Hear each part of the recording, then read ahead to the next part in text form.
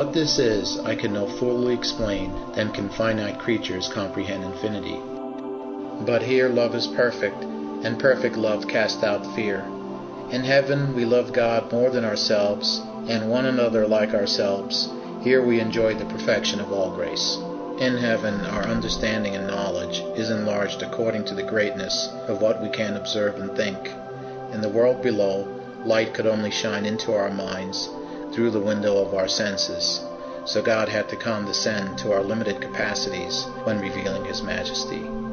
Our purest ideas of God were very imperfect, but here the gold is separated from the dross, and we can conceive the simplicity and purity of God. We understand about His decrees and counsels, His providence and dispensations.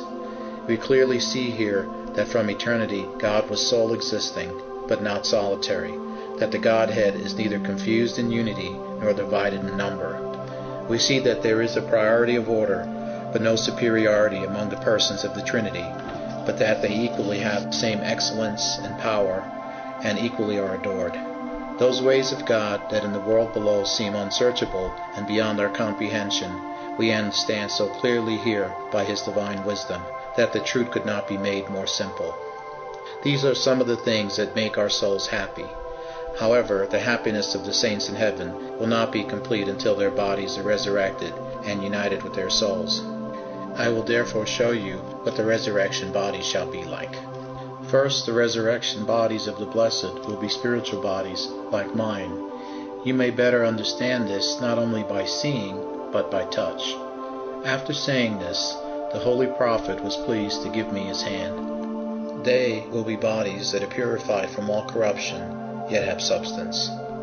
They will not be like wind or air, as people on earth sometimes foolishly imagine.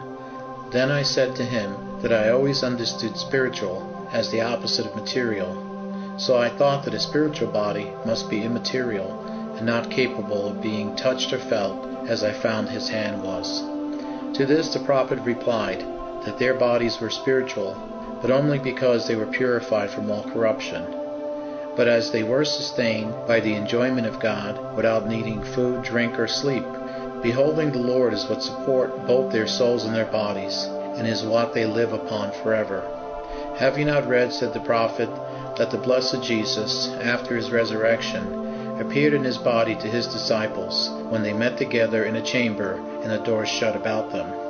And yet he called to Thomas to come and reach forth his hand and thrust it into his side, which shows it had substance. Our bodies in the resurrection